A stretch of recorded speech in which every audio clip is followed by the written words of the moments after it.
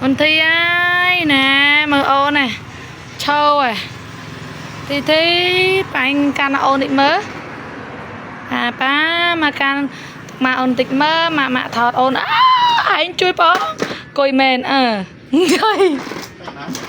coi anh đặt. Nào. Mà có tóc cơm mà. Thọt nè mô hoại mụ đình tam khám mà. Anh kênh coi nâng bày ơi. Hả? Anh kênh coi nâng bày ơi. Trời mày vậy. Cái thời mãi nâng.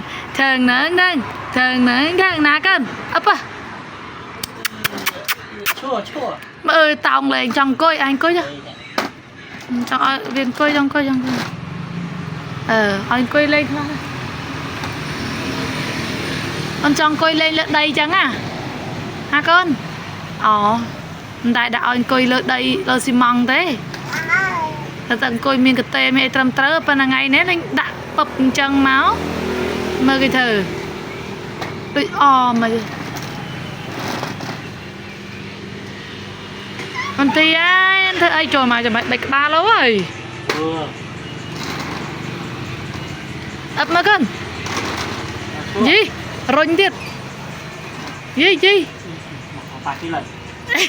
Tệ trong cùi.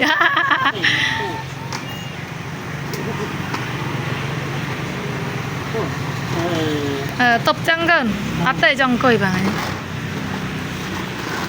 Và